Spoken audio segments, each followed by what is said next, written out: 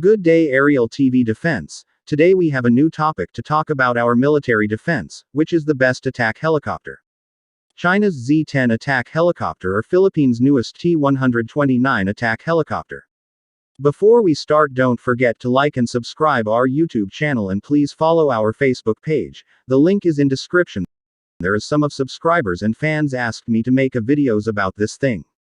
And I will show you the real specs of this 2 attack helicopter. I also show you the difference of this 2 attack helicopter. The first we can talk is about China's Z-10 attack helicopter and how powerful is it. The CAIC Z-10, also called WZ-10, is a Chinese medium attack helicopter developed for the People's Liberation Army Ground Force. It is designed primarily for anti-tank warfare missions but has secondary air-to-air combat capability as well. By the mid-1980s, the Chinese decided a dedicated attack helicopter was required. At the time, they used civilian helicopters converted for the military. These were no longer adequate in the attack role, and suitable only as scouts. Following this, China evaluated the Agusta A-129 Mangusta, and in 1988 secured an agreement with the United States to purchase A-1 Cobras and a license to produce BGM-71 TOW missiles. While attempting to import foreign designs failed, war games determined that attack helicopters had to be commanded by the Army, rather than the Air Force. This led to the formation of the People's Liberation Army Ground Force Air Force, PLAGFAF, with an initial strength of 9 Harbin Z-9.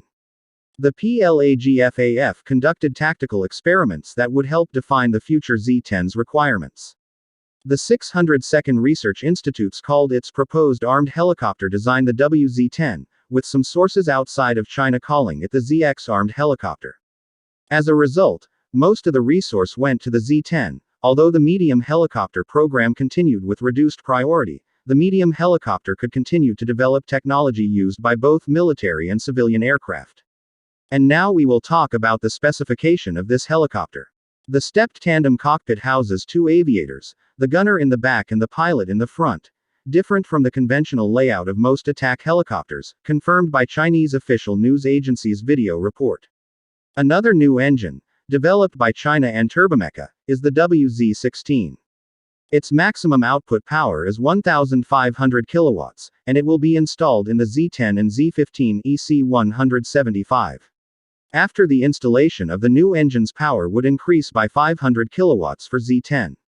Offensive weaponry consists of machine guns, cannons, rockets and missiles. The stub wings have 2 hardpoints each for a total of 4, each hardpoint being able to carry up to 4 missiles for a total of up to 16.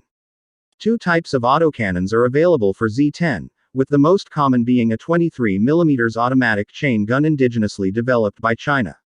Another autocannon that can be mounted on the Z-10 is the Chinese reverse-engineered 25mm M242 Bushmaster adopted for helicopter use. Originally mounted on the NVH-4 derivative of Type 85 AFV, the Chinese military modified the gun for aerial use. Z-10 can be armed with a wide variety of unguided rockets ranging from 20mm to 130mm caliber. The largest rockets tested were a type of 130mm rocket that were carried on the hardpoints just as missiles are carried, while smaller caliber rockets were mounted in conventional rocket pods. The most frequently used rockets are those ranging from 57mm to 90mm, and a total of 4 pods can be carried under the stub wings, 1 under each hardpoint. A family of guided 90mm rockets produced by a subsidiary of Norinco. The Z-10 attack helicopter has a different variant like T-129B attack helicopter of Philippine Air Force. All of that thing we heard about China's attack helicopter, we can consider this as one of the deadliest attack helicopter in Asia. And now I'm gonna show you the details and specification of Philippine Air Force newest attack helicopter. The Thai Agusta Westland T-129 ATAK is a twin-engine, tandem-seat, multi-role, all-weather attack helicopter based on the Agusta A-129 Mangusta platform. The T-129 was developed by Turkish Aerospace Industries (TAI) with partner Agusta Westland. The helicopter is designed for advanced attack and reconnaissance missions in hot and high environments and rough geography in both day and night conditions. The ATAK program was begun to meet the Turkish Armed Forces requirements for an attack and tactical reconnaissance helicopter. The helicopter has a unit cost of roughly 50 million United States dollars. The ATAK program was begun to meet the Turkish Armed Forces requirements for an attack and tactical reconnaissance helicopter. Turkey announced on 30 March 2007 that it had decided to negotiate with AgustaWestland to co-develop and produce 51, with 40 options, attack helicopters based on the Agusta A-129 Mangusta. It is to be assembled in Turkey by Turkish Aerospace Industries (TAI) as the T-129. On 7 September 2007, a $1.2 billion contract was signed. These 50 T-129s are to be designated T-129B. In November 2010, Turkey ordered an additional 9 T-129 helicopters to increase its total order to 60. These T-129s were for an urgent Turkish army operational requirement and was built by TAI for delivery in 2012, 1 year prior to the delivery of the previously ordered 51 helicopters. These T-129s are designated T-129A, lacking advanced anti-tank missiles. As a result of delays, the T-129 has entered service in 2014. When the Philippine Air Force (PAF) re-evaluated its capabilities and performance after the siege of Marawi in 2017 against ISIS-inspired terrorists, it found that the MD-520MG Defender and the newer AW-109E power-armed helicopters did not have sufficient firepower. In 2017, the Philippine government received confirmation from the Jordanian government that they would provide 2 used Bell AH-1S Cobra attack helicopters, with options for more, subject to the decision of the Jordanian government, which further complicated the decision-making process. In July 2020, the DND signed a contract for the acquisition of 6 T-129B helicopters from TAI for P13.7 billion, through a government-to-government deal with the Turkish Ministry of Defense. On 17 May 2021, after years of uncertainty, it was reported by multiple Turkish officials that the United States has approved export licenses to Turkey to sell T-129 military helicopters to the Philippines. On the 22nd of May 2021, PAF reported that it would send pilots and maintenance crew to Ankara to be trained by TAI personnel. General characteristics. Crew 2 length 14.54 meters, height 3.4 meters, max takeoff weight 5,056 kilograms, power plant 2 times LHTECCTS 800 to 4A turboshaft, 1,014 kilowatts, 1,360 horsepower, each main rotor diameter 11.9 meters, main rotor area 111.22 square meters, 1,197.2 square feet. Performance.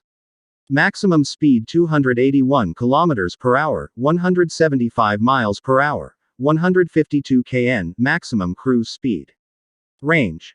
537 kilometers, ferry range 1000 kilometers, endurance 3 hours, service ceiling 4572 meters, rate of climb 13.26 meters per second, vertical climb rate 7.3 meters per second. Armament. Guns. 1 times M197 20 by 102 mm, 0.787 in, 3-barrel rotary cannon, 500 rounds, hardpoints.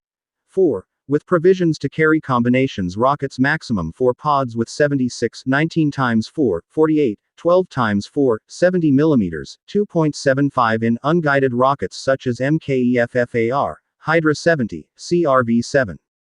Missiles 8, 4 times 2, UMTAS 160 mm UMTAS and LUMTAS anti-tank guided missiles.